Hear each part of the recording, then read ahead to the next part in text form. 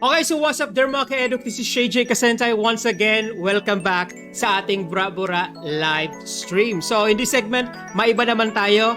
Okay, so this live segment today will focus on the basics of sound. So under the course audio production sa ating mga BTLED third year students. So magandang hapon po sa inyong lahat. It's already 12:14 in the afternoon. Okay? So magandang tanghali po sa ating mga kumakain dyan sa bahay. So hope bigyan natin ng time ito, lalong-lalo na sa ating mga interested and emerging audio producers. Okay guys? So hindi ko na ito patatagalin. I would like to introduce to you our set of discussants. Okay? So mga estudyante rin po sila. Okay? So starting with, sana nandito kayong lahat. So ipapakilala ko na po ang ating mga discussants. Okay, first, we have, Ma'am Jenaline Beluno. Hello, Ma'am. So, batiin natin, Ma'am, ang ating mga kabarangay. Come on. Hello, good afternoon po sa lahat, sa mga nanonood. Sana po ay makinig kayo sa aming live stream na napaka-informative po. Yon. So, maraming salamat, Ma'am Jenaline. And our next discussant will be Sir Kenneth. Hello, Sir Kenneth. Batiin natin ang ating mga kabarangay. Pleasant day to everyone, especially to the live viewers and to our instructor in audio production, Mr. Bernard de Forsad. Ayun! So, napakaganda ng introduction. Very well said, Sir Kenneth. And we also have here, ang ating sunod is Ma'am Angel. Hello, Ma'am Angel. Hello po. Ayan. Hello, So, everyone. Good. Ayan. Ang sarap ng kanyang ano yan eh. Espasyo dyan sa baba, di ba? Under the trees. Ayos. So, tagasan ka, Ma'am Angel? Bacolod, Libon po. Yun, shout out sa mga taga Bacolod, Libon, Albay. Once again, good afternoon po sa inyo dyan. Okay, our next discussant is Ma'am Juliet. Pinido mo, Ma'am? Fermin. Hello, Ma'am. Hello po, magandang tanghali po sa inyong lahat. Ayan, so Ma'am, maraming salamat po. And next our lady discussant pa rin to, okay? And we have Ma'am Ivy. Hello, Ma'am Ivy. Ma'am Hi Ivy sir, Joy what's up Ranyoles. mga kamarites? Sana kumain na kayo as a friend. Ayos. Mga kamarites na. Okay, so thank you very much, Ma'am Ivy Joy Ranyola. And our next is Miss Joyce Baras. Hello, Ma'am. Hello, good afternoon, sir. Good afternoon, everyone. Okay, so ganda, Chessa. Gandahan lang, sir. Okay, and our last discussion for today is Ma'am, hindi ko mabasa yung pangalan ni Ma'am eh. Ma'am Christine May Redome. Hello, Ma'am. Hello, good afternoon po sa lahat, lalo po sa mga taga Mangawas Albay. Shout out sa inyo dyan. Ayun, shout out sa mga taga Mangga Uwas Albay. So, right.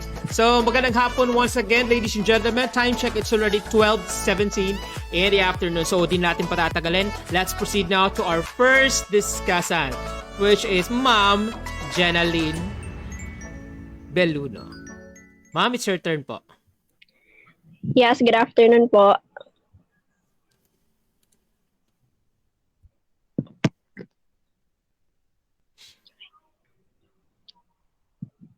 So good afternoon, everyone. Before we proceed to our formal discussion, let us first ask God mercy and pardon through a prayer.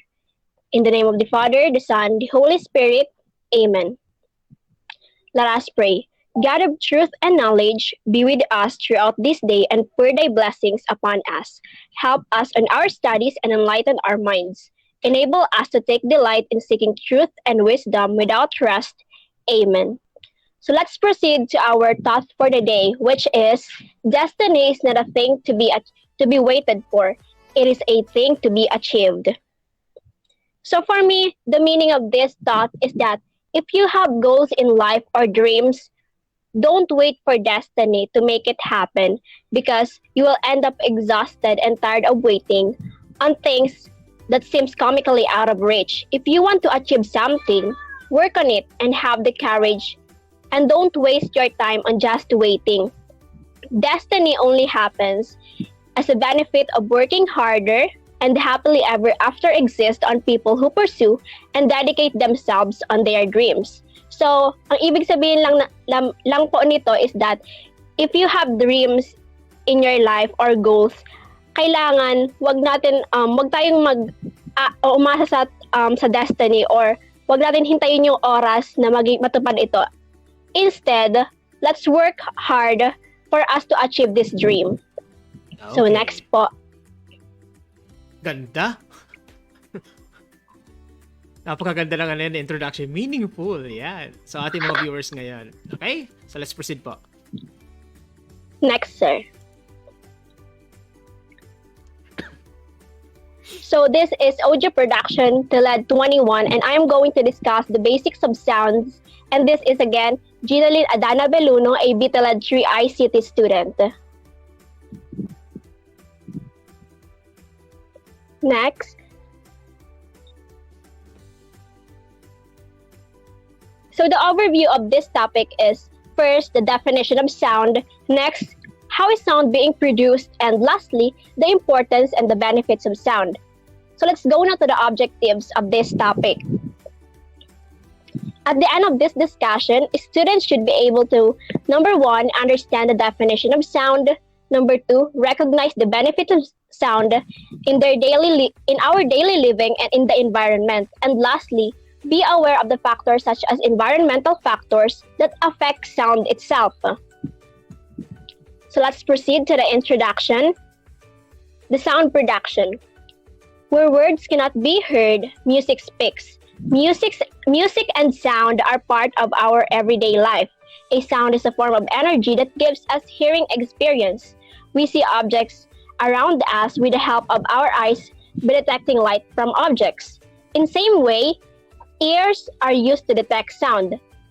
The sound is produced by the vibration of objects and is propagated through a medium from one location to another. The back and forth motion of the object is termed as vibration. The motion of objects causes vibrations. In many cases, we can see the vibrations with our naked eyes, while in some cases, their amplitude is so small that we cannot see them but can experience them. Yes. So sound plays a vital role in our life that we are able to detect an object through its sounds or vibration. We also encountered the term propagation, where it pertains to the medium that produces sounds, or it pertains to the medium where the sound travels. Tama. So let's go now to the definition of sounds. First, sound is a form of energy that can be heard and travel along the waves. In physics, sound is a vibration that propagates as an acoustic wave through a transmission medium such as gas, liquid, or solid. And the last one is, sound is a pressure wave which is created by a vibrating object. These vibrations set particles in the surrounding medium, or commonly known as the air, in vibrational motion, thus transporting energy through the medium. Yan. So, tatandaan natin to guys. Isang keyword there is pressure. Okay, pressures. Kaya ma-encounter niyo dito yung abbreviation na SPL or sound pressure level pagdating ng ating mga advanced topics. Okay? So, let's proceed po, ma'am. Okay. A video collaboration between the Association of American Medical Colleges, or the AAMC, and the Khan Academy, in which the way the speaker creates sound is by moving the front of the speaker, which is called the diaphragm. Yes. Science often refer it to as the oscillation. Oscillation is the movement back and forth motion of the object. Ayan. Yun po yung meaning ng oscillation. Ayan. So, ang oscillation po is sa audio naman is yung baba, taas, baba, taas, baba, taas. Okay? Lakas, hina, lakas, hina. That's oscillation. Okay? So, let's proceed, ma'am. Yes. Wait, meron pa po.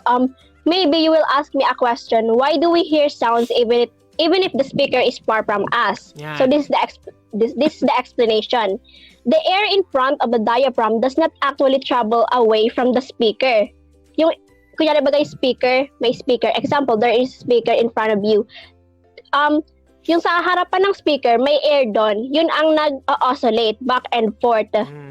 The air molecule in front of the speaker just oscillate back and forth. The reason why we hear the sound from the speaker is the oscillating air in front of the speaker, which causes the air in front of that air also oscillating until it reaches the air next to your ear, and your eardrum also oscillates, which this process involve kinetic energy. Yeah. So there is a push. There's a push. Okay. Tama. Yes. Yung push na sinasabi ni Sir, we also refer it as a wave. That's why we sometimes refer sound as a form of wave. Yan. Okay, tama. Okay. Also remember that air itself does not travel across the room. Only the disturbance. Yun yung nire-refer ni Sir kanina na pressure. In the sound, we call it the disturbance of air travel across the room. If air travel across the room, it is not air. It would rather be called wind. Kumbaga, pag yung air is nag-oscillate siya, it may produce a sound. Pero pag nag-blow lang siya, walang oscillation na nangyari, it is a wind. Okay. Very well said. Okay, let's proceed to how is sound produced. Okay, sound is a type of energy made by vibration. When an object vibrates, it causes movement in surrounding air molecule. This molecule bump into the molecules close to them, causing them to vibrate as well. This chain reaction movement called sound waves. Keep going until the molecule run out of energy. Okay, this is the reason why sound is a wave, which can transport energy through a medium without transporting the medium itself. A medium, it is a material through which a wave travels. Sometimes in sound, we refer it as the air. For example, in guitar, when they pluck the strings of the guitar, it vibrates and produces sounds. The sound produced by it travels through the air, which acts as a medium. Ito yung sinasabi ko, yung air yung nag-serve as the medium of sound. Another example is that sound production by vibrating object in a turning fork. A sound produced and transmitted through pressure waves within the object. Sa fork naman yung pressure. Next. Okay, this is the example of objects that create sounds. Okay, refer na lang po sa illustration. Okay. So anything that is heated produces sound. Anything that vibrates produces sound. A sound. Okay. Okay, example number 2. A turning fork, yung kanina, a fork consists of 2 lines and a handle.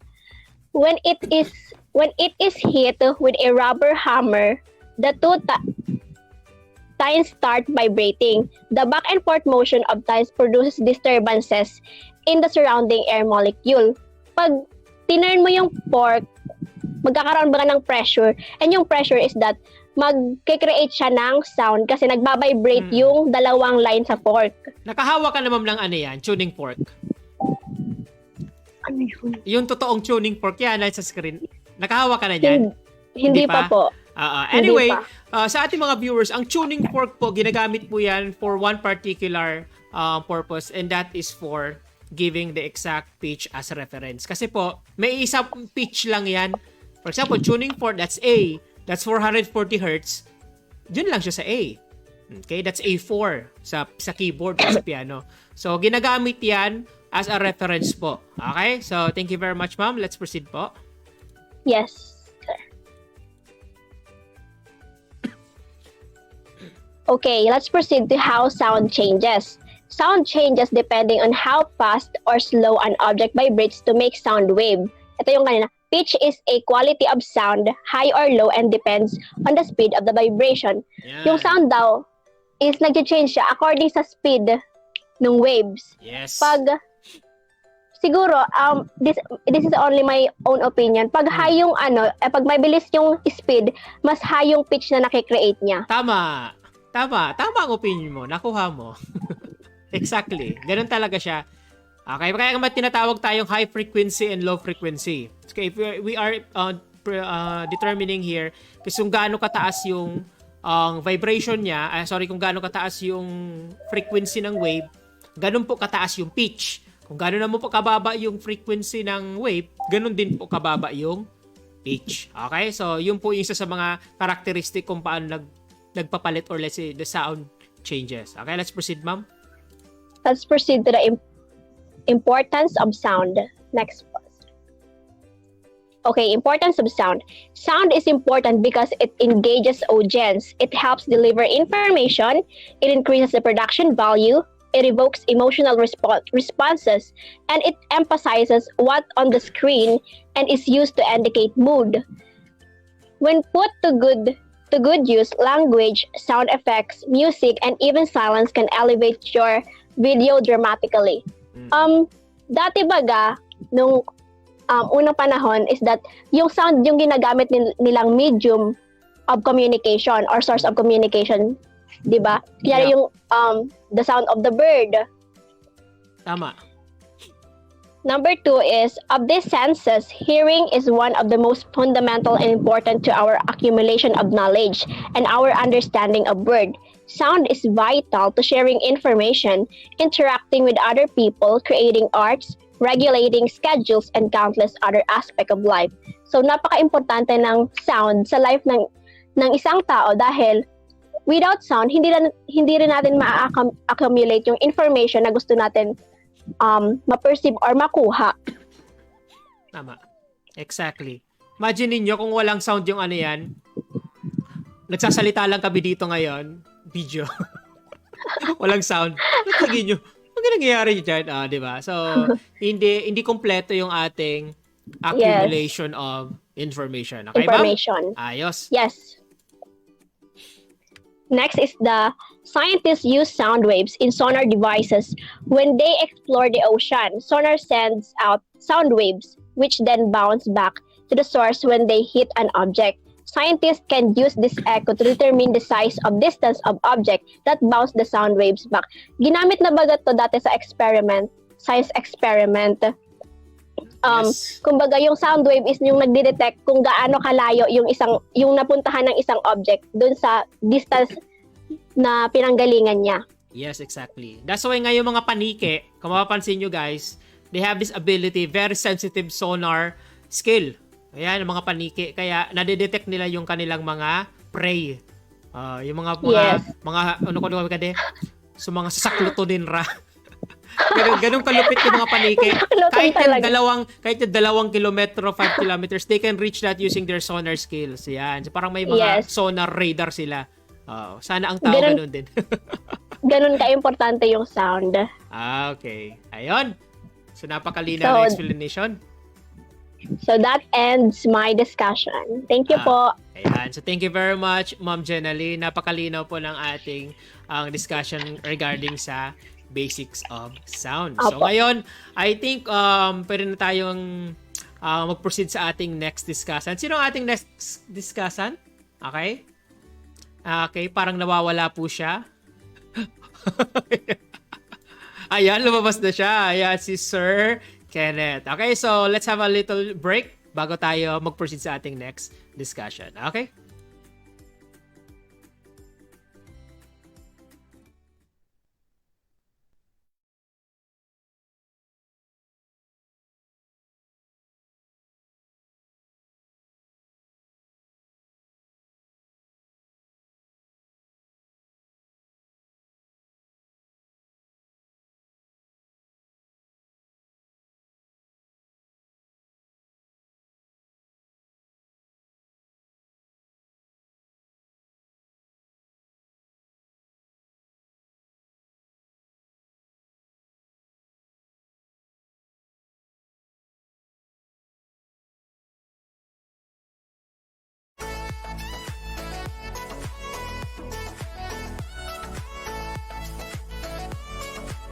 Okay, welcome back now. So, nandito na tayo ngayon sa ating second topic for today. Okay, regarding the basics of sound production. And to discuss this, we have Sir Kenneth De Los Santos. Nawala ulit si Sir. Kasi naman si Sir Kenneth. Kasabay ko rin siyang yun nag-lead. Okay. So, nandyan po siya. Nag-aayos po siguro ng kanyang screen. Okay, so sa mga gusto pong magpa-shoutout, kay mamaya po, babasahin namin ang inyong mga, comments. Okay? So, ngayon nga, pwede na natin gawin eh. Okay, so may mga nag-comment ba dyan? Okay, wala pa po, kasi siguro tanghali na. Okay, Open so yung campus. let's proceed na po. So, nandito lang ang ating discussant, si Sir Kenneth. Sir Kenneth, it's your turn now po.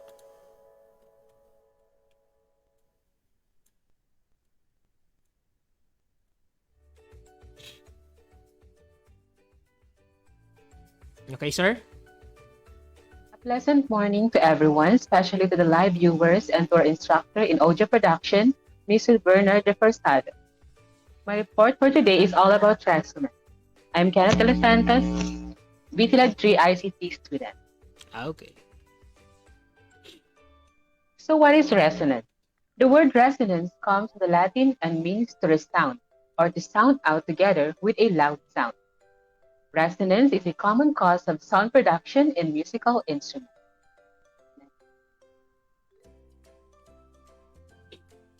Resonance describes the phenomenon of increased amplitude that occurs when the frequency of a periodically applied force is equal or close to a natural frequency of the system on which it acts. When an oscillation force is applied at a resonant frequency of a dynamic system, the system will oscillate at a higher amplitude than when the same force is applied at other non-resonant frequencies. Okay, so i-clear natin in simple terms, ano bang ibig sabihin ng resonance? So ganito yun mga kapatid, pag sinabing resonance, that's the full potential of the sound. Pag hinit mo yung bass drum, boom! Spread yung sound dun yung sound waves. That's the fullness of sound. So that's what we call the resonance in simple term. Okay? So let's proceed, Sir Kenneth.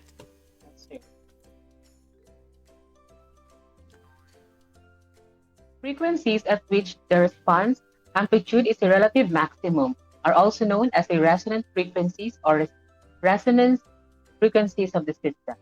Small periodic forces that are near or resonant frequency of the system have the ability to produce large amplitude oscillation in the system due to the storage of vibrational energy. Yan, tama.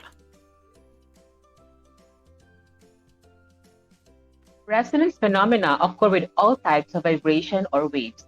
There is mechanical resonance, acoustic resonance, electromagnetic resonance, nuclear magnetic resonance, electron spin resonance, and resonance of quantum wave function.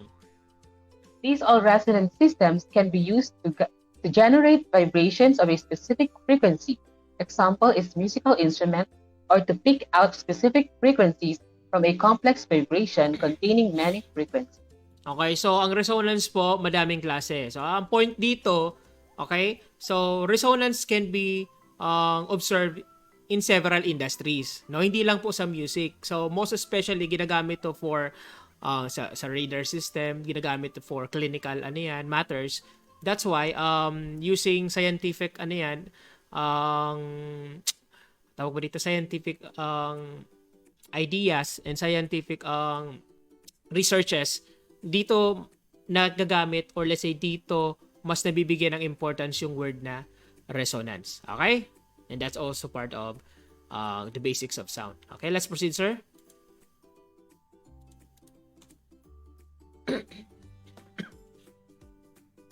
One of the best models of resonance in a musical instrument is a resonance tube, a hollow cylindrical tube partially filled with water and forced into a vibration by a tuning fork. So as you can see in the illustration, there is a two stand, and the one stand has a container with water, and the other stand has a cylindrical tube which is partially filled with water. So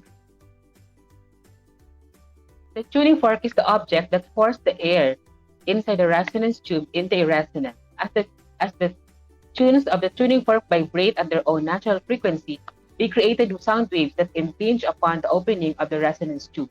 Yan. So, in Tagalog, sir, diba sir yung container, nag-transfer sir ng water sa isang stand. Yeah. Then, yung purpose po sir ng fork, pag tinap niyo sir yung tube sir sa taas, it will produce sound, sir. So Yes. the Magba-vibrate. sound that yes, the vibration that you will hear is considered as an example of a resonancer. Yan. So I have here also an example of a resonancer. Papakitaan ko kayo sir na example. Okay, sige.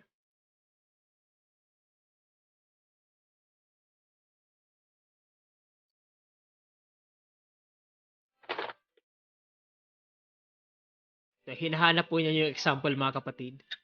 Ayan, sir. So, I have here Yan. an example of demonstration that serves as an excellent model of resonance. So, right here, you can see a wine glass and a fork. Kita ba, sir, sa screen? Higitna mo. Yan, yan. Sa gitna. Sa may mukha mo. Careful lang. Baka mabasag. Okay, sige. Ayan, sir. So, what I'm going to do now is I will hit the wine glass with a fork. Ayan, sir. So, okay ba? Oh, hit mo. Yon. Okay, so as you can hear, the wine glass produces a sound and it starts vibrating. There is something interesting about this. Every time I hit the glass, I hear exact same sound. Mm. So the glass vibrates at the same frequency every time the fork hits it. Yan. Tama.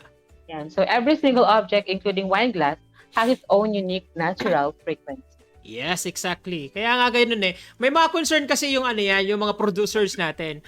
Pag ba tayo nagbi-mixing, meron ba tayong inaalis dyan na natural frequency? Actually po, yes. Kasi po, ang pinaka-rule, tawag ba dito, ang pinaka-essence kasi ng mixing, lalong-lalo ng equalization is subtractive.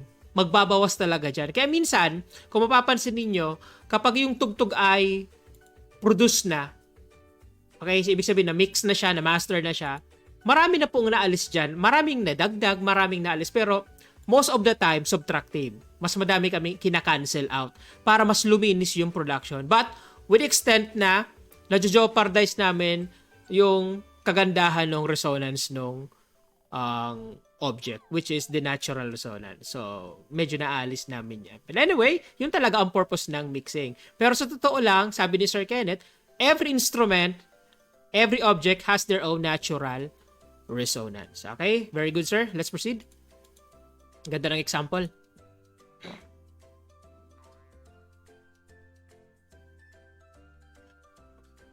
Ayan na. Dami mong babasahin. Yes. So another common physics demonstration that serves as an excellent model of resonance is the famous singing rod demonstration. So a long hollow aluminum rod is held at its center. Being a trained musician or the teacher reaches in a rosin bag to prepare for the event. So then with a great enthusiasm, okay, sir. So as you can see in the illustration, there is a two person. So on the right side, you will see a teacher, sir. I think she's the teacher, and on the left side is the student. And the teacher slowly slides her hand across the length of the aluminum rod. Mm-hmm. So it causing it to sound out with a loud sound. So in-scratch ng teacher. On this illustration, this is an example of a resonance. As the hand slides across the surface of the aluminum rod, slipstick friction between the hand and the rod produces vibrations of the aluminum. The vibrations of the aluminum force the air column inside of the rod to vibrate at its natural frequency. Yan. Sakit talaga yan sa tenga, yung experiment na yan. Okay, so let's proceed. Yes, sir. Chine-check lang dyan ng teacher kung sensitive pa ba yung tenga ng estudyante. Okay, sige.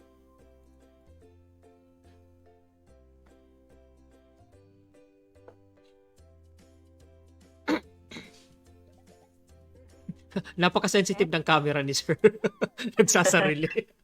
Okay, next is the familiar sound of the sea that is heard when a seashell is placed up on your ear, and this is also explained by resonance. So, I also experienced this, sir, yung nasa illustration. Nung pumunta kami sa pag kami pumupunta sa beach, ayan, kung pa ako Gawa-gawa ng mga nyo yan eh. then, I Gawa-gawa always put it natin.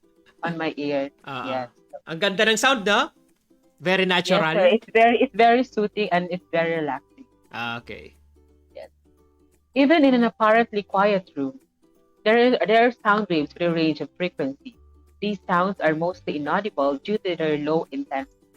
This is so-called the background noise fills the seashell, causing vibrations within the seashell. But the seashell has a set of natural frequencies at which it will vibrate. If one of the frequencies in the room forces air within the seashell to vibrate at its natural frequency, a resonance situation is created. So, and always the result of resonance is a big vibration, and that is a loud sound. So, in fact, the sound is a loud enough to hear. Tama.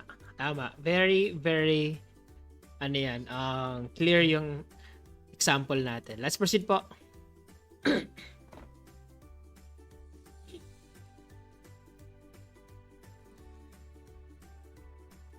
Another example is another common physics demonstration that serves as an excellent model of resonance is a child on a swing is driven or pushed by a parent at the swing's natural frequency to reach the maximum amplitude or the height.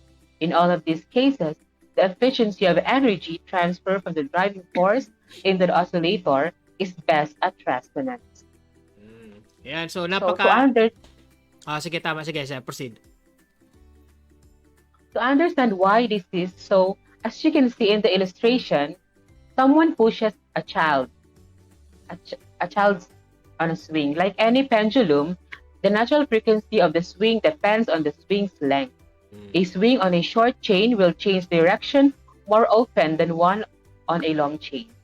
Pushes that are timed with the swing's natural frequency give a nice, strong, high, smooth swing motion. Pushes that are badly timed give a jerky motion that slows or even stops the swing. If you really want it to swing faster or lower, you have to change the length of the swing chain. Yan. Tama. Okay. Ang ganda ng mga example eh. Okay, sige sir. We come now. Okay. Nag-rotate na naman. Okay, so we come now to the last part. Grabe ang resonance ng camera mo. Yes, sir.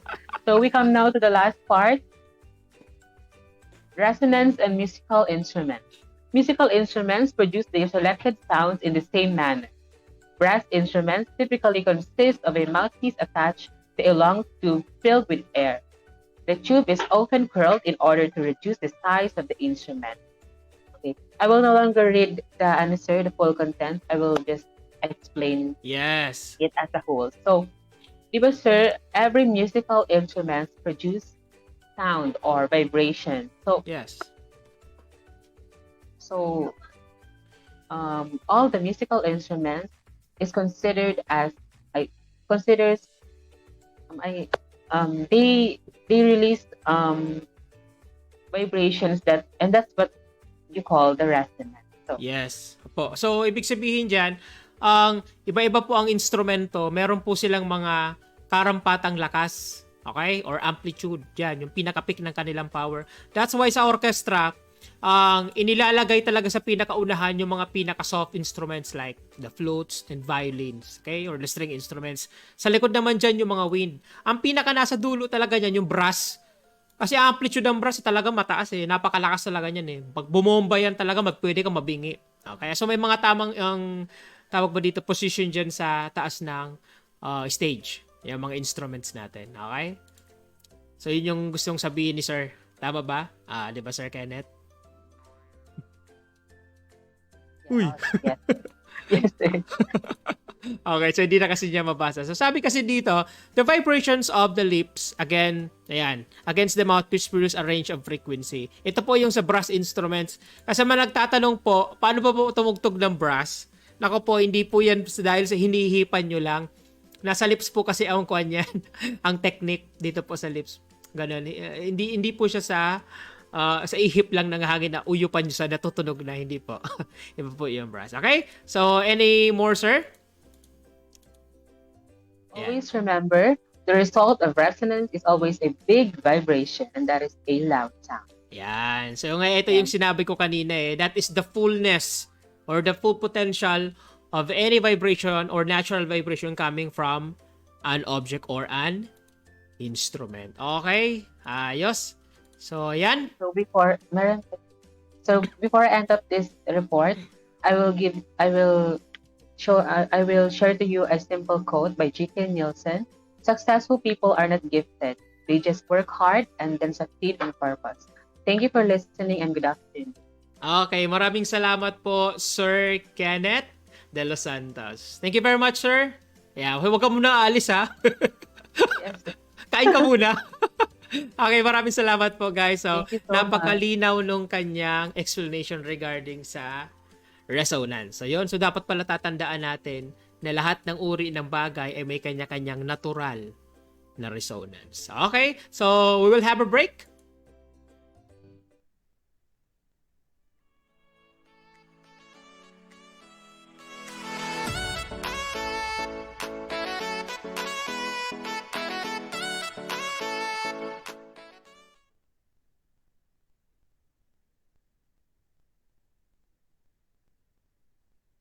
Po, sir. Propagation of sounds po.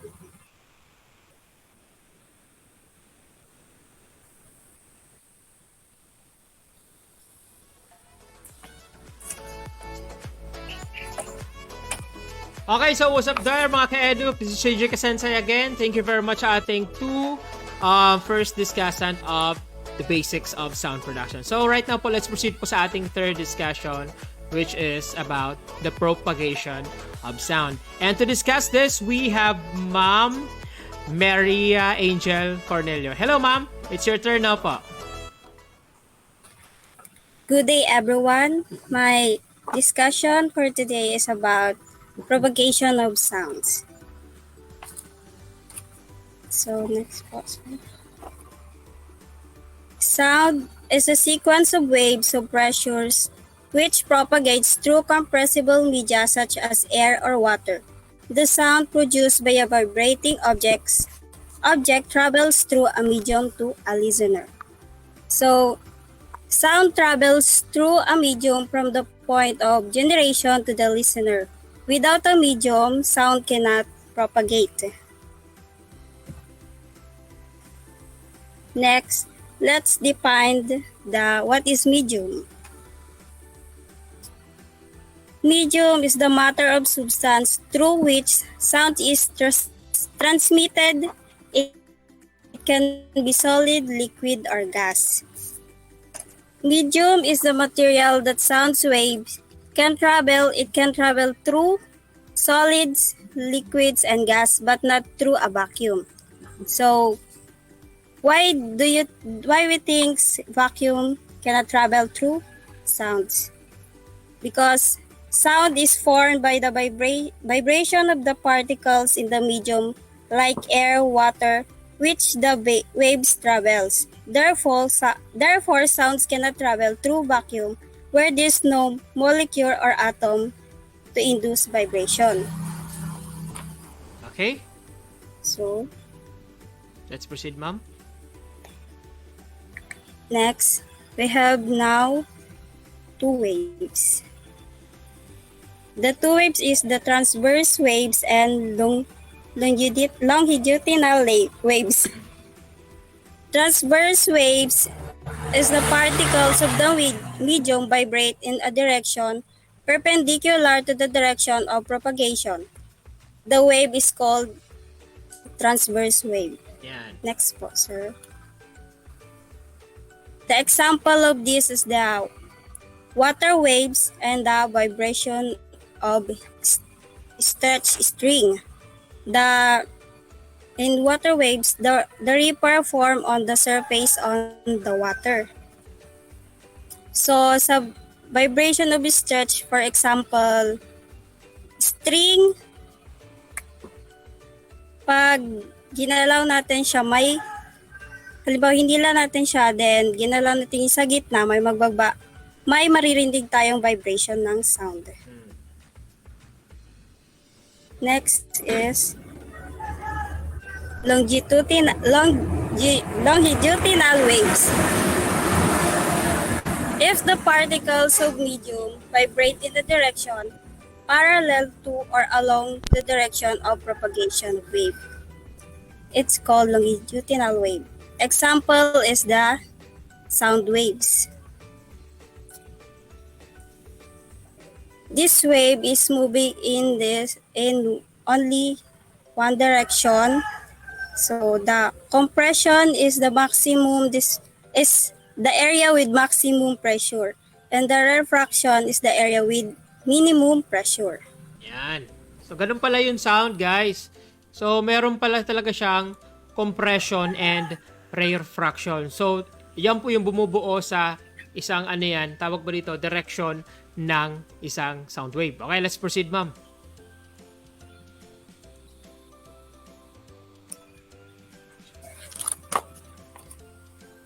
All media have three properties which affect the behavior of sounds. First is the relationship between density and pressure. This relationship, affected by temperature, determines the speed of sound within the medium. Opo, ayan. So, Second is the motion. sige ma'am, diretso. Tama. Second, the motion of the medium itself. Example is wind.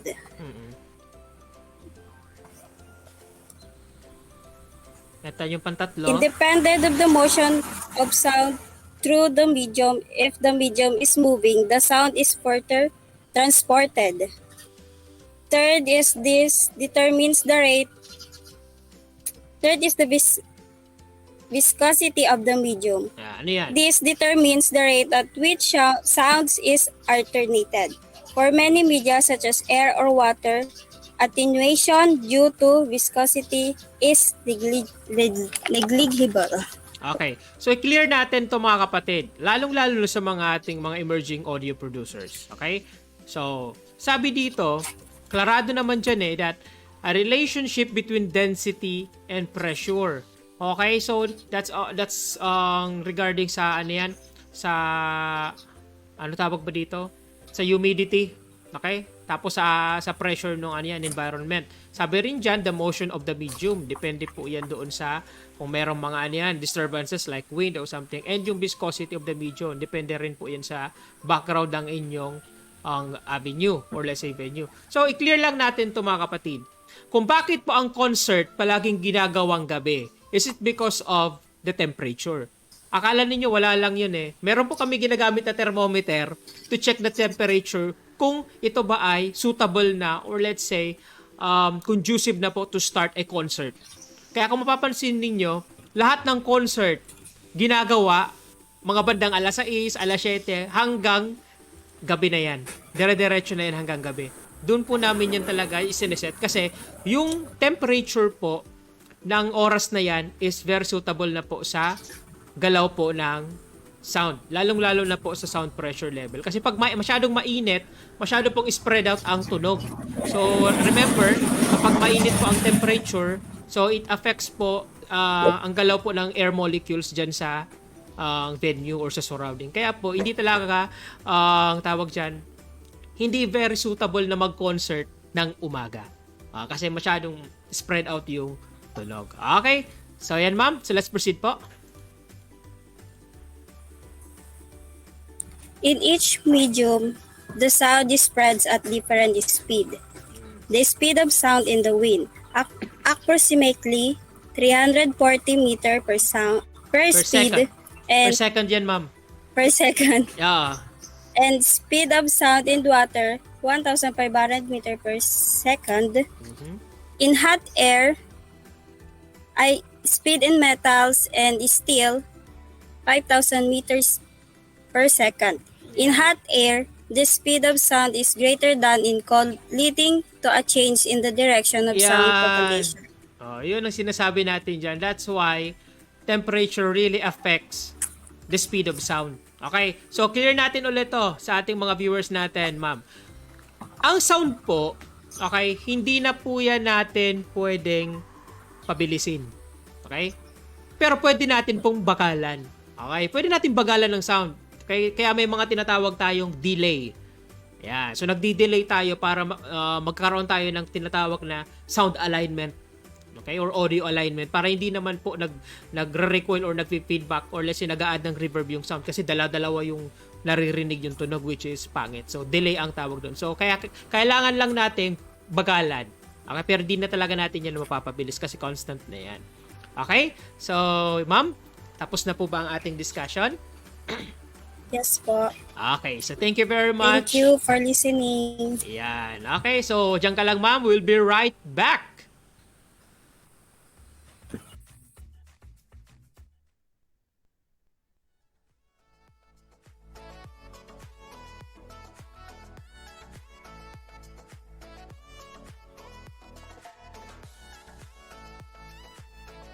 Si Juliet po ata, sir. Frequency po, sir.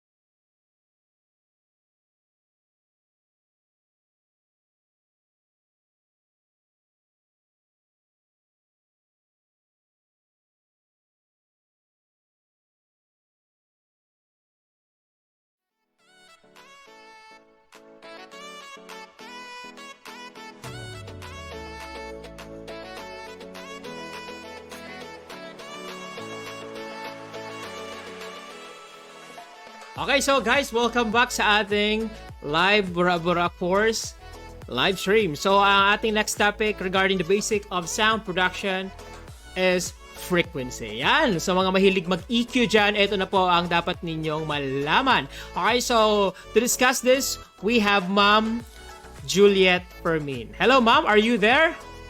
Okay. Sana nandiyan na si Ma'am. Ayan, so bumalik na siya. Hello, ma'am. So, I think it's your turn now to discuss. Ayan, so nandiyan na si ma'am. Gayon, sana talaga. Hello, ma'am Fermin.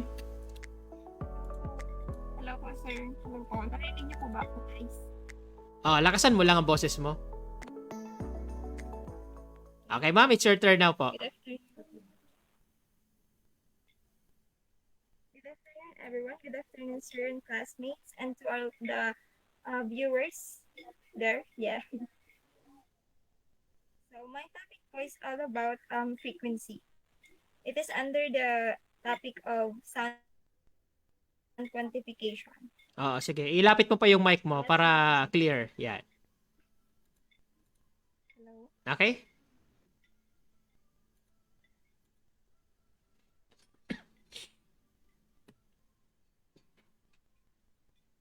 Let's first define sound. Sound moves through a medium such as air or water as waves. It is measured in terms of frequency and amplitude. So, dyan na po pumapasok yung tinatawag nating frequency. So, ano po ba yung frequency? Frequency is sometimes referred to as pitch. Is the number of times per second that a sound pressure waves repeat itself. So, understand, here's the example. For example, a drum beat has a much lower frequency than a whistle. So mas mataas po yung pitch ng whistle kesa sa May singaw ka, o drum. jiba. Kaya, diba? Tama, tama. And another example is a bullfrog. A bullfrog has a much lower frequency than a cricket. Hupo kang. Di ba yan? Bredek. Bredek. Okay. So, okay. Tama yan. Let's proceed.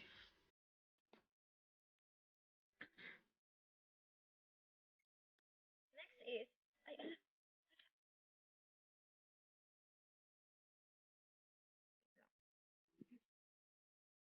next is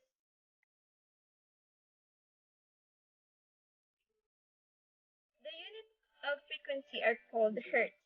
So, dyan na po pumapasok yung sinabi po ni Sir na hertz. H-E-R-T-Z. Pero po yung pronunciation niya is yung ouch tag, yung hertz. It really hurts. It hurts. Even with normal hearing can heard sounds between 20 hertz and 20,000 hertz. Yes. So, ito po yung ano yan, Yan lang po yung threshold ng earring. So, ibig sabihin, okay, so ito po yung range na kaya lang pakinggan ng tao. So, that's 20 hertz until 20,000 hertz. Okay, so ang 20 hertz po, napakababa niya na. Minsan nga di mo na marinig. You need to have a, tawag ba dito? Headphone. Just to listen to 20 hertz. Okay? Then, minsan, yung 20,000 hertz, okay, napakataas na rin niya na frequency. We call it now air. Yung yan gano'n. So, mas matinis pa dyan. Halos hindi na natin talaga mapakinggan. Okay? So, let's proceed, ma'am.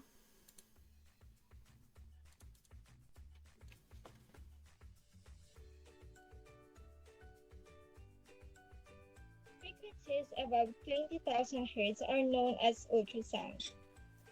So what is ultrasound? Ultrasound, a sound travels as a mechanical longitudinal wave which back and forth particle motions is parallel to the directions of wave travel.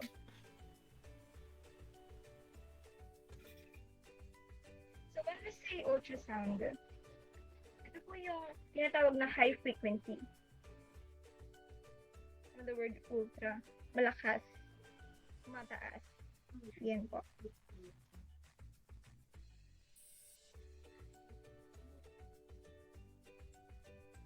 Ayan, no?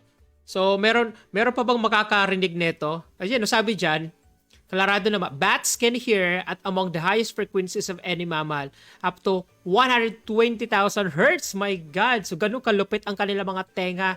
Imagine nyo yan. So, sabi dito, they use ultrasound vocalizations as sonar. Yan. So, allowing them to pursue tiny insects in the dark without bumping into objects. Ganun sila kalupit. So, ang tao po, walang ganitong uri ng ano yan, skill. Okay. So, yung mga bats po, meron. Okay? Kaya nga, yung mga bats natin is also a hunter. Okay? Sa gabi. Yan. Okay? Let's proceed po.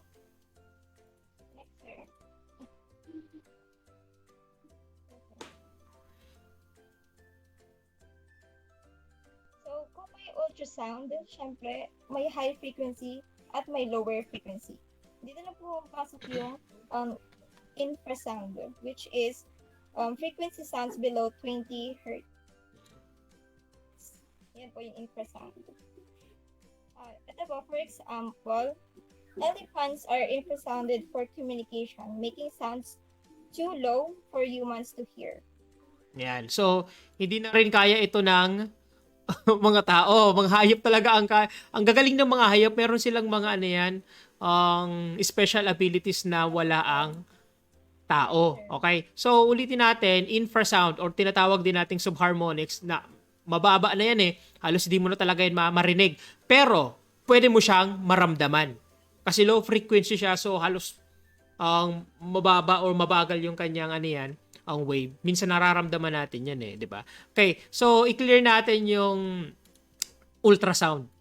So, ultrasound po mataas ng frequency, infrasound naman po mababang frequency. So, ibig sabihin, this are the extremes. So, ang ultrasound po nga ay nagagamit po sa medical equipments. Di ba kaya nga meron tayong ano yan, di ba, ultrasound machine. So, yung mga nanay natin na mga buntis, ayan, so ginagamitan yan. Or to detect kung ano yung mga, lalong-lalo na kung may tubig yung baga, okay, chine-check yung laman ng yung tummy, nung ano yun, yung tiyan. So, ultrasound yung ginagamit ng ating mga medical technologists. Okay, so let's proceed, ma'am.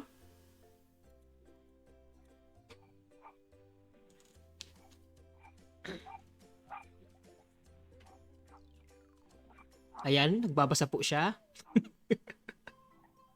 Ay, ikaw na sunod.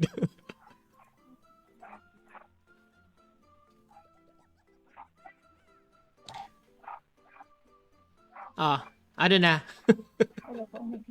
Okay, diretso. So let's now proceed to the illustration. Okay. These figures. Ayan. Ayan, sige. Okay, here's the example of illustration of amplitude and frequency. This figure illustrates the concept of frequency and amplitude. So, the magenta wave has one half and the amplitude of the black wave and produces a quieter sound. The green wave completes half as many cycles as the black wave. So, its frequency is one half that one of the black wave and it has a lower pitch.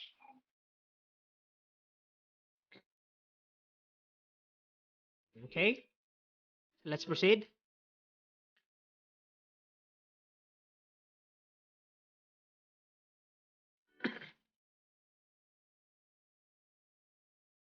Let's define amplitude.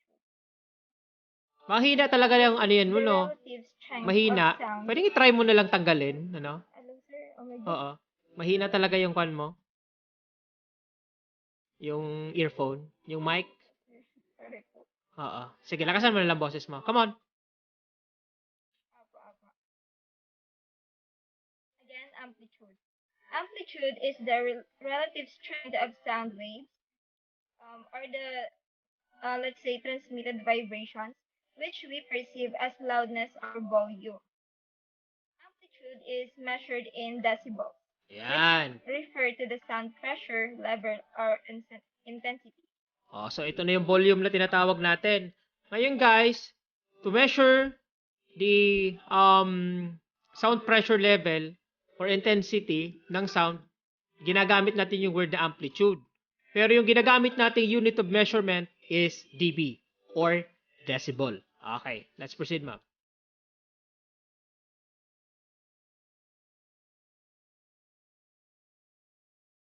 The lower threshold of human hearing is 0 decibels or at 1 kilohertz. Moderate levels of sound or a normal speaking voice, for example, are under 60 decibels. So, in these decibels po, ang normal for us na human, ang normal decibels po para sa atin and healthy is 60 decibels po. Yes, exactly. So, Ayan po. Let's first define po the decibels. Decibels are measured on a logarithmic scale. So, an increase of 10 decibels causes a doubling of perceived loudness and represents a tenfold increase in sound level. okay, sandali ma'am. I-clear natin to ha, mga ka-eduk. Lalong-lalo na dyan sa mga may balak maging audio producer. Sabi dito, decibels are measured on a logarithmic scale. Ibig sabihin, hindi po siya simple na ano yan. Dahil nagdagdag ka lang ng ng volume, ganun-ganun po. Log po to, logarithm. Sabi dyan, so an increase of 10 decibel causes a doubling of perceived loudness. Nadodoble po, by 10 decibel, nadodoble po yung loudness niya. Okay, or yung sound pressure. Okay, and represent a tenfold increase in the sound level. So, ganun pala siya. So, medyo sensitive pala talaga ang ating, tawag ba dito? Threshold of hearing. Imagine mo, nagdagdag ka lang ng 10 decibel, in-increase mo lang ng konti yung fader, and it can now double, okay, the sound pressure. Okay, kaya yung mga hindi nakakaintindi dito, nako po, dapat mag-aral po kayo kung paano po mag-determine po ng tamang decibel kaysa ating pong setup. Kasi baka malaman nyo na lang yan, bingi na kayo. Kasi ang dami ako nakita nito eh. Chamba, ganun. So dapat po pag-aralan itong maigi. Okay, let's proceed, ma'am. Yan po. So, sa decibels po, ayun nga po, sabi ni Sir, kailangan po natin pag-aralan because it can cause hearing loss.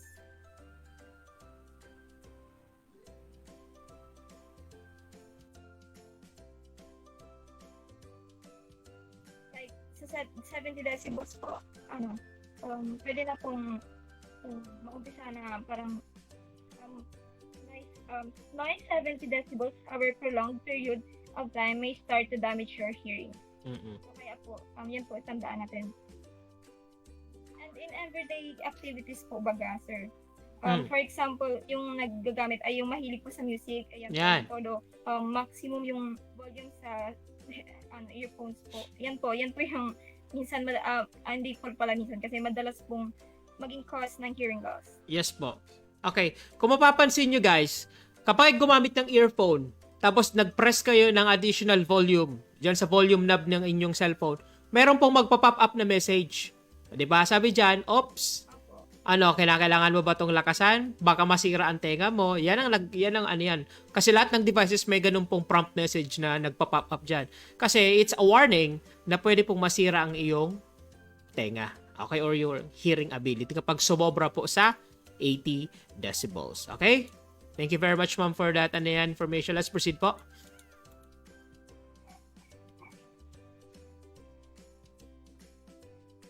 Next is acoustic resources. Acoustic resources are physical sound sources including both natural sounds like wind, water, wildlife, vegetation, and cultural and historic sounds like battle reenactments, tribal ceremonies, and quiet reverence.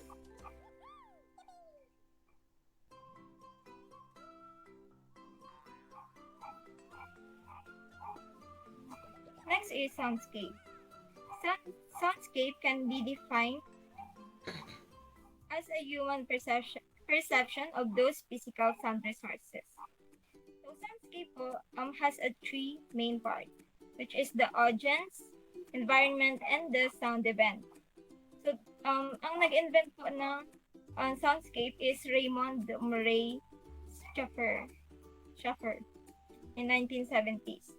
And tayo po mismo kaya nating mag-create ng soundscape. Like, pipikit lang po tayo, then hearing all those sounds na naririnig natin sa paligid. Like, yung mga ibon, mga manok, sa mga bayo, mga ayam, ayan po. Okay?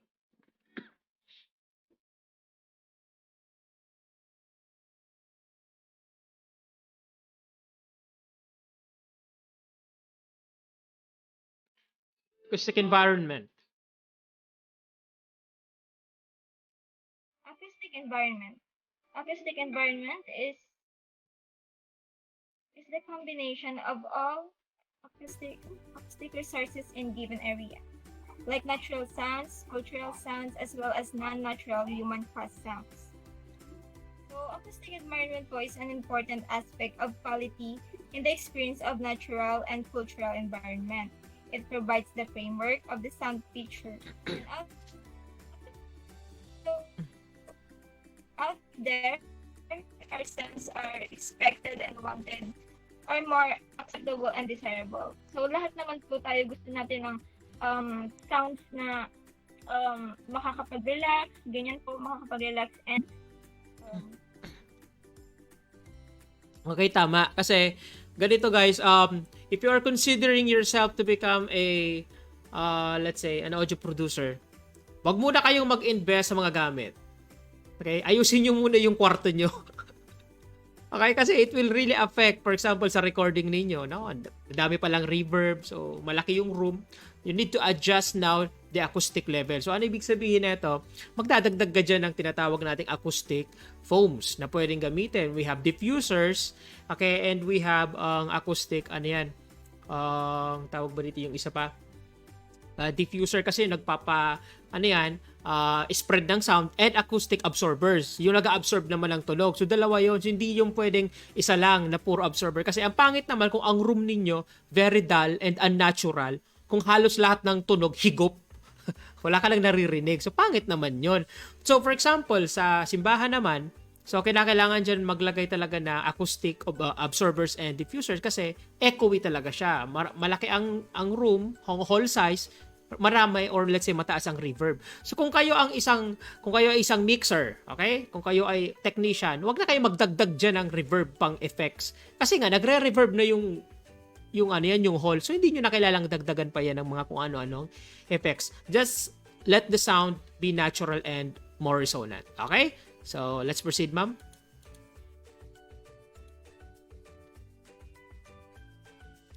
Ayan, so nawala na po ang ating discussion.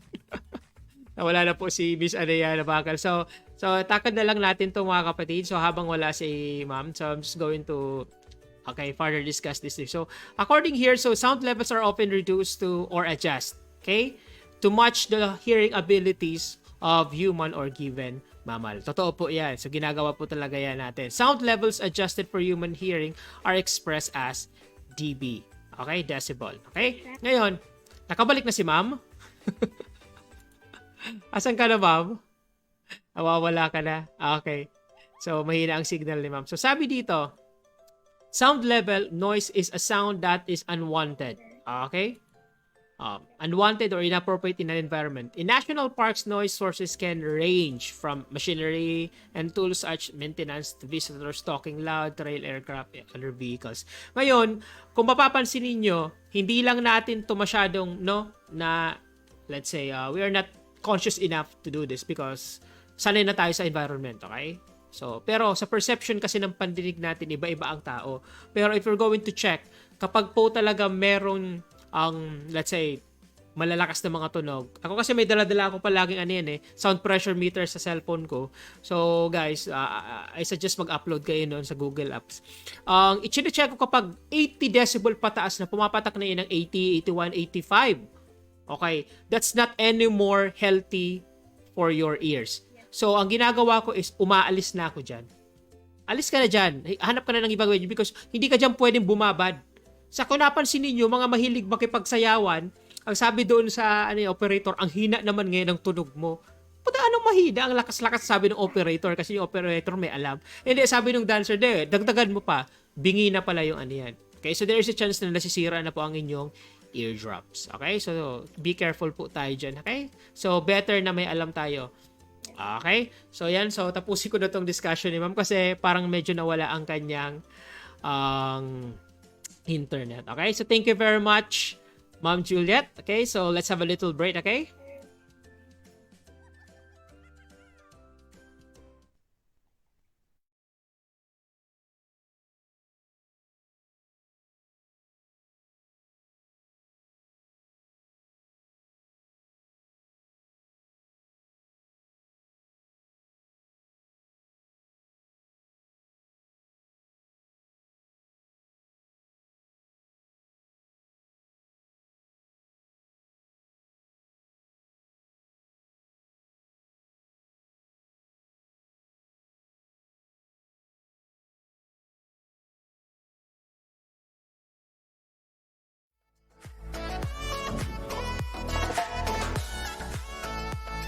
Okay, so nagbabalik ulit ang inyong host, Cedric Asentay, and time check, it's already 1 o'clock and 22 minutes in the afternoon. So our next topic for today is about pitch. Ayan, so very familiar ang mga estudyante natin about pitch. So to discuss this, we have Ma'am Ivy Ranyola. Hello, Ma'am Ivy. Nasaan ka na? Hinahanap ko ang iyong... Hello. Asa na? Asa na si Ma'am? Andito lang ako, sir. Hinahanap ko ang iyong slide. Ako, sir. Oo. Andito pa ako, sir. Oo, kaya nga, hinahanap ko yung slide mo. Nawawala kasi slide ko, Ay. Oo, kasi hindi ka naman naka-on. Ay, hindi mo. Okay, off camera mo. Nako, Sir, yan. naka-on sa... Sir, naka-on. Nakikita na po ang beauty ko. Ay, charot. Oo, sa akin hindi ka nakikita. Sir, nag-batch kasi ako, sir. Lagteng. Ayan. Ayan, okay so, na, sir. ayan, lumabas na. Ayan. Ayan, lumabas Okay na. Ay. Diba? Ang cutie, sir. Ang Oo. cutie. So hello, mga kamarites. Andito pa ako magdi-discuss ng about pitch. Very, very short discussion about pitch. So, what is pitch? Sir, pa-next po. Wala. Ay, ganun. Okay, ayun na. So, pitch in music, the pitch of sounds means how high or low notes is. So, familiar naman po tayo, di ba, sa pitch? Yung pitch po, that's the quality po na nag-aalaw sa atin to classify the sounds kung ito ba ay low or high pitch. So, next po, sir. Ayan, very short. Next, frequency affects pitch. So, it is measured in a unit called hertz. Hertz po, H-E-R-T-Z, hindi po yung it really hurts na masakit. And is determined by the sound frequency of vibration. So, ibig pong sabihin nito, nakaka-apekto po yung frequency sa pitch. Kung kapag ang vibration po mabilis, dyan po nagiging high pitch ang sound. Then kapag mabagal naman po ang vibration, dyan naman po nagiging low ang sound ng pitch. Okay. I mean, low pitch ang sounds. Okay, well said. Yes po, sir. Let's proceed to the next slide. So, vocal pitch. Naririnig ba ako? Oo, Yan, naman. comment down below kung naririnig ako. So, vocal pitch, it mostly depends on the length and thickness of the vocal cords. Ayan, mali-mali na. So, Ay, thickness ayan, na kasi yan. nakikita. Kasi ayan, yan. Oh, sige. Ayan na. Thickness, Ayan, nakikita po ba yung Oo. Actually, yung picture? Ayan thickness sa na yan. Ayan slide. na. Okay, move on na guys. Okay. Siksik na kasi mami. For example po, di Na ba thick. po, yung sabi po dito, yung it mostly depends on the length and ayan na may thickness of the vocal cords. So for example po sa female, bukod po 'di ba sa pride, ayan, mataas ang pride. Bukod po sa pride, mas mataas din po ang ayan, tawang-tawa na sa akin si Sor, nawawala ang aking ikrab. Bukod po sa sa pride, mas mataas din po ang boses ng mga babae kaysa sa lalaki, 'di ba? Pansin niyo din po 'yon. Mhm. Yun po ay dahil sa mas maikli ang vocal cords ng babae. Then Yeah. kapag naman sa lalaki, ayan, very lalaki. Kapag naman po sa lalaki, mababa lang ang boses nila, 'di ba? Dahil po yan sa mas mahaba at mas makapal ang vocal cords ng lalaki. Gets po? Yes. Ayan, comment down below kung gets. Next po, sir. Alright. Very short lang ang aking discussion. Next po. Okay lang, basta thick. Okay. Ayan. Okay na, sir. Na next na po. Oo. Ako lang po. Ako lang pa hindi nag-next. So, vocal pitch pa rin. The pitch of someone's voice can also be affected by emotions and moods. Ayan, yung mga may jowa dyan, sana all. Yung, for example, 'di ba, sa magjowa, kapag hindi nag-reply yung jowa, kunyari, tas galit, silyak po, bagakta, nga, di ka ni-reply. So, kapag naman nagsusorry man po, sorry na love, ganyan, mababa ang boses. So, yung ang emotion po, nakaka-affect po siya doon sa vocal pitch ng tao. So for example pa yung itong babae po baga takot po baga kita sa mga or insekto. Pag baga kita nakakita ng insekto, wani ka na di kalaw, ipis po baga kita nagasilyak. Ayan, nagitas po ka na pitch ni kan babae. Pono, sample. Ay, ganon. Okay na, sir. Alright. Ayan, sige. Okay, next slide tayo, sir. Ayan na. So, meron po tayong yung burulol na, sir? Two kinds of pitch. First, definite pitch.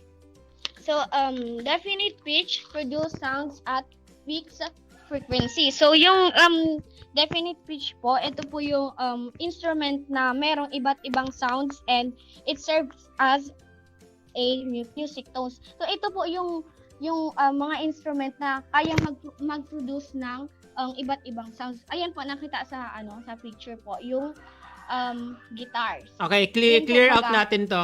Ang definite pitch is, for Okay. example, like this violin sound. Okay, kaya nga talaga may mga sections. Okay, may mga sections sa orchestra. Kasi sila po yung may ganitong uri lang ng tunog. Kaya definite pitch yan. Sa kanilang yan, tunog na yan. Wala yan sa iba. That's unique for them. Okay, kaya nga meron diyang katambal na word is yung timbre or timbre. Okay, so iyan, nandyan lang yan sa kanya, hindi yan kayang i-produce nung isa. Samantalang ang human voice, which is very, very dynamic and very wide ang ability, kayang-kayang gayahin ng boses natin. Ewan kung anong baka nakalagay dyan sa boses natin. Kaya ang pinakamagandang instrumento talaga is boses ng tao. Okay, kasi gawa talaga siya ng Diyos. Okay, so let's proceed, ma'am. So next is indefinite pitch. A sound or note of indefinite pitch is one of which it is impossible or relatively difficult to discern a pitch. So ito po yung AKA noise o yung ingay po. Ito naman yung isang sounds lang po ang kaya niyang i-play. Example po nito ayan yung drums. Yung maingay po baga kapag hinit mo po isang tunog lang or medyo maingay po baga ang pinuproduce na sound niya. Tama. So, to clarify this guys ulit, remember the definite pitch in instruments po. For example, this one here sa likod, this is a keyboard here or a piano. So, pag nag-hit ka dyan ng isang key, that's exact. Eksakto siya dyan. So, you need to tune that into our standard, which is according to ISO. We have 440 Hz. That's A5. Sorry, A4. Yan po ang standard natin. That's from middle A. Yan. So that's 440 Hz. Yan ang ginagamit na tuning ngayon sa international standard. Sa lahat ng instrumento na nabibili ngayon, okay, lalong-lalo na ang keyboard, standard na po siya. So ibig sabihin ng definite pitch, pwede mo siyang i-tune. Okay? So marireach pa niya yung pinaka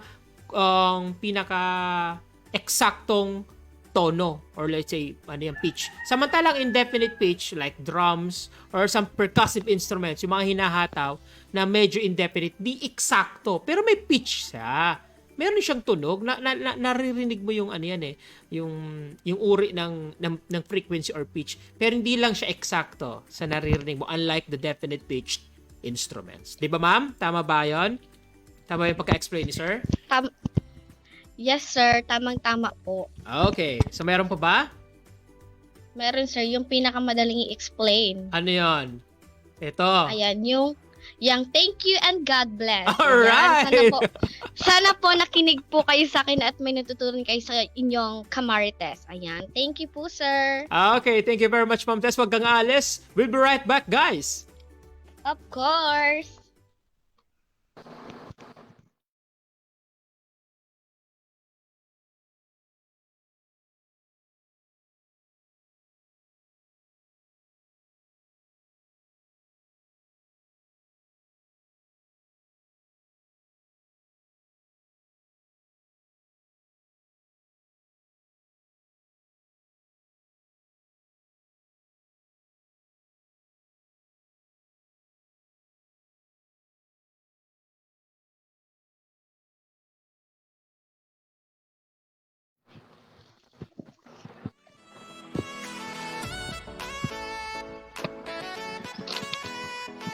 Okay guys, so nagbabalik ulit ang inyong host, Cedric Asensay, regarding our topic for today, basic of sound production. So ang next topic natin, okay, we still have two remaining topics for this segment today.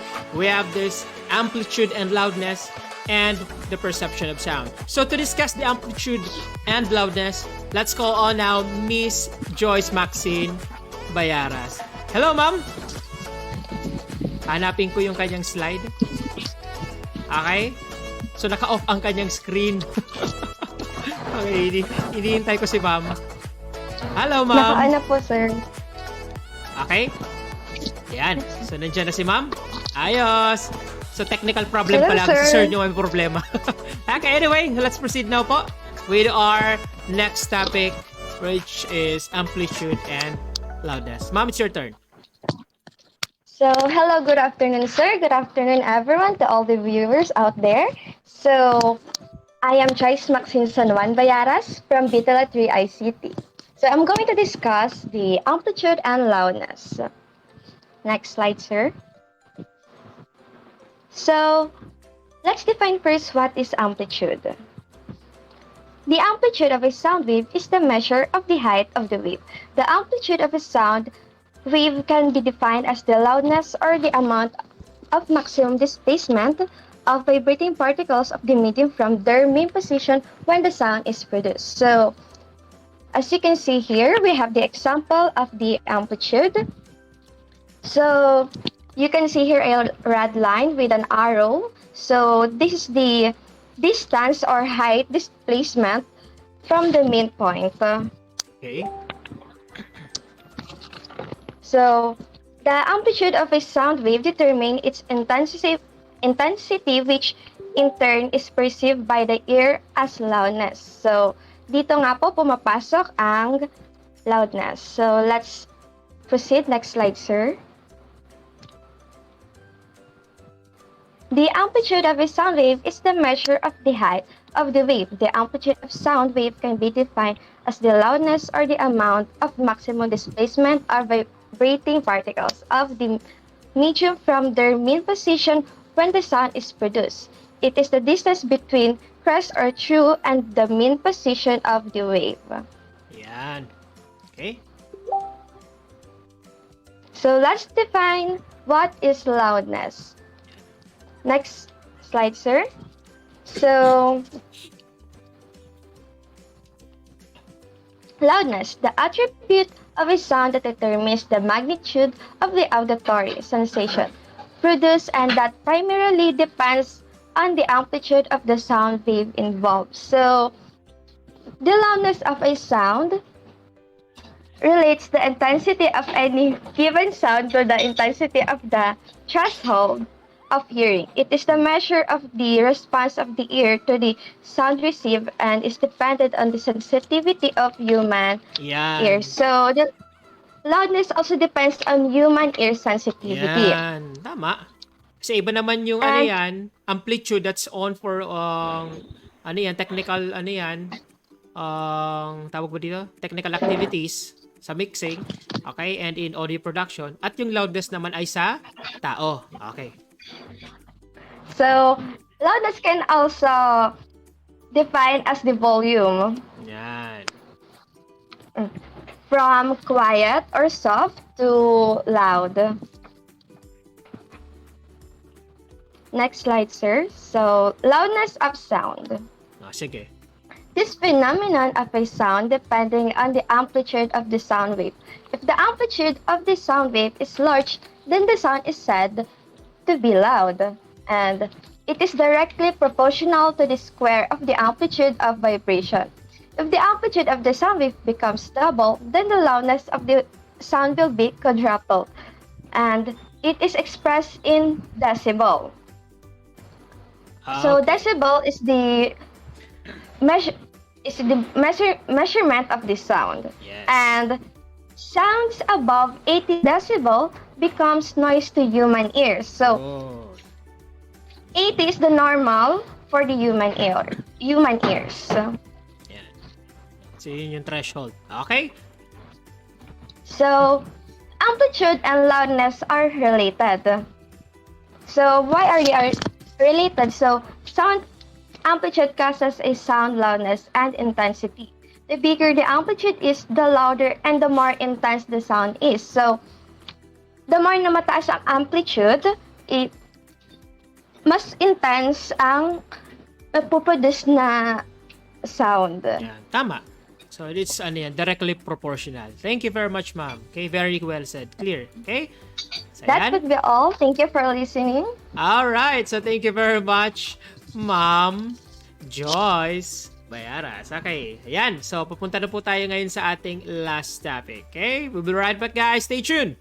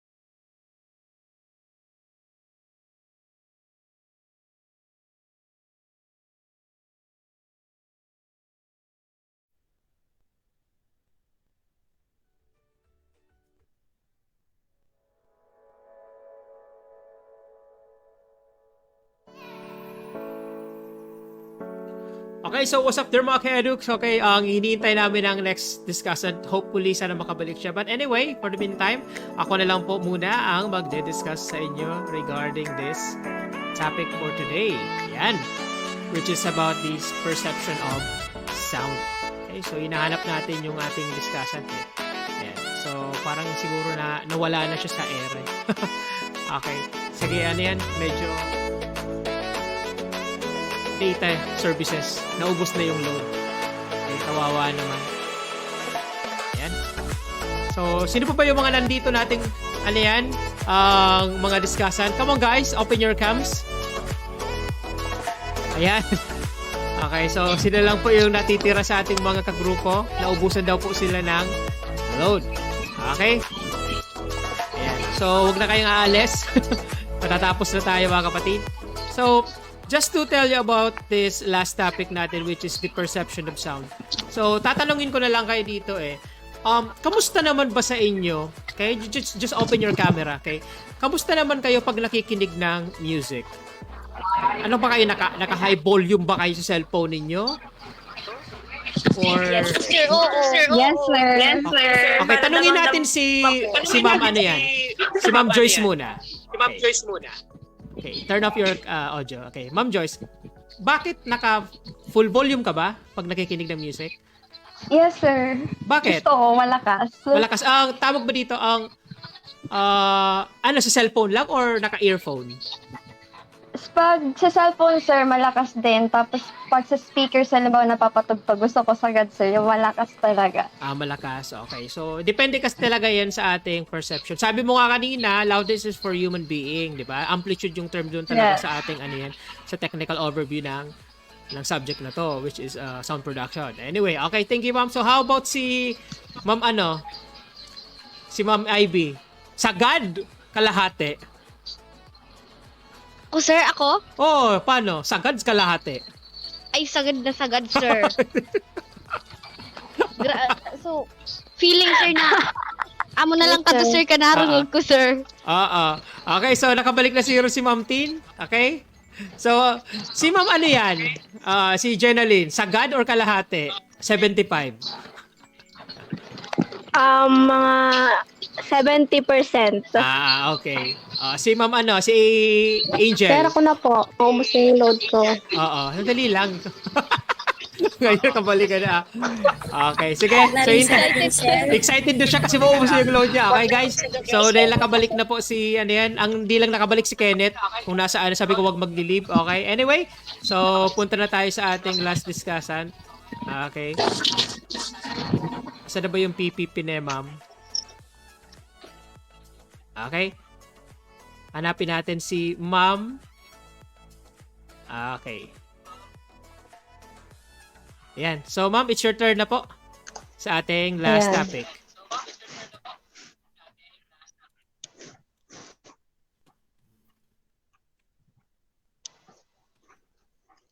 Hindi ako kita, sir. Okay. Paano ba? Ayan na. Okay. Okay lang yan. Sige na yan. Ayan. Okay na po, sir. Opo, okay na yan. Ako na lang bahala. Sige na, go ahead.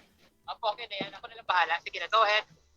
So, good afternoon po sa mga live viewers, kay sir, at saka sa akin ko reporters.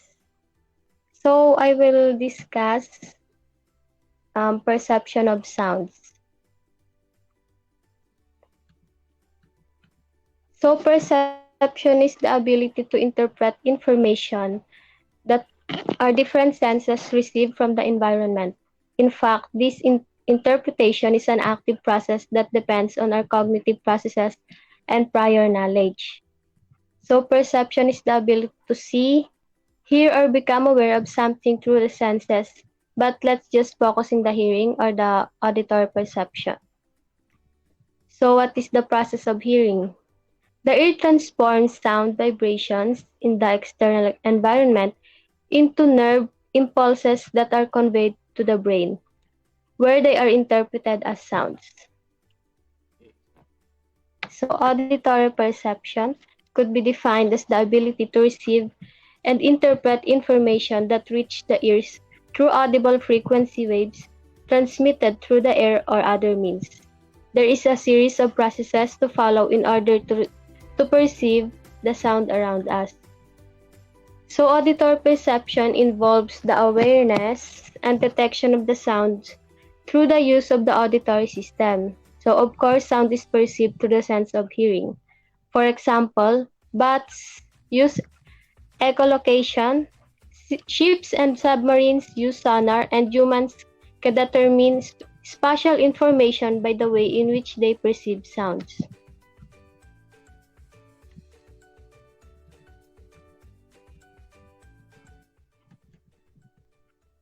Ano na? So, receive information.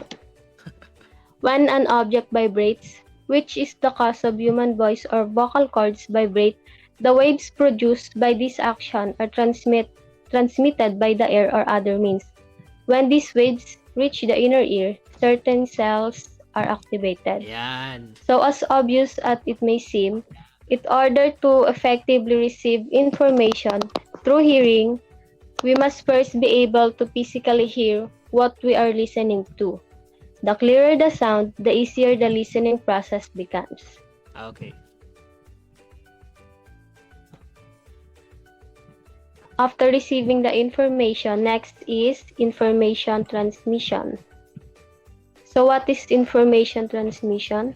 The cells produce a signal that are transmitted through different nuclei until it finally reaches the medial geniculate nucleus in the thalamus. So thalamus po is nagre-relay ng motor and sensory signals to the cerebral cortex that is located at our brain. Yes. Okay, so dapat So after ingatan po natin. natin ma-receive yung information ay... Yes, sir. Sige, go ahead. After po natin ma-receive yung information ay itatransmit na siya papuntang temporal lobe. After the transmission of information, next is information manipulation. So finally, the auditory information received by the ear is sent to the auditory cortex in the temporal lobes. So ano po ang temporal lobes? So temporal lobes sit behind the ears and the second largest lobe.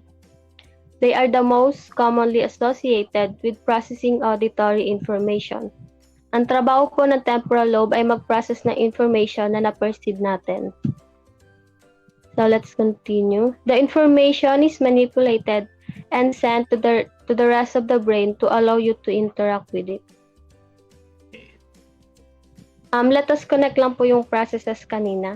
First is when an object vibrates, the waves produced is we call this, dadaan muna sa air bago natin marinig. After that, matatransmit na siya papuntang temporal lobes and ito na ang magmamanipulate or iintindi kung ano ba ang sound na ating narinig at i-relate to the rest of our brain. Okay. Okay, sana po naintindihan. Yes.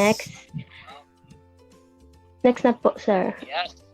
In order for auditory perception to happen, the brain has to analyze the properties and characteristics of the sound. First is intensity, refers to if the volume is high or low. Tone refers to if the sound is higher or low. So, ang pagkakaiba po nito ay sa intensity is volume, sa tone is sound.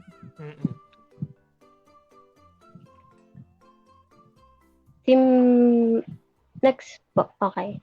Timbre allows us to distinguish and recognize voices, instruments, or sounds. They are usually identified as the color of sound. Duration, the time the vibration of the sound lasts. So for music, auditory perception is everything. If you want to play a song on the guitar or piano and have it sounds nice, you have to really put your auditory perception to the test and pay attention to every note. Listening to and perceiving music also generally requires auditory perception, although it is also possible to feel the vibration and perceive it that way. Okay. Very nice. Detecting, identifying, recognizing, and understanding the sounds around you makes it possible to appropriately fit in to your environment. It doesn't only allow you to adapt on the street or at home, but as we are social animals, it also allows us to communicate with others more easily and efficiency.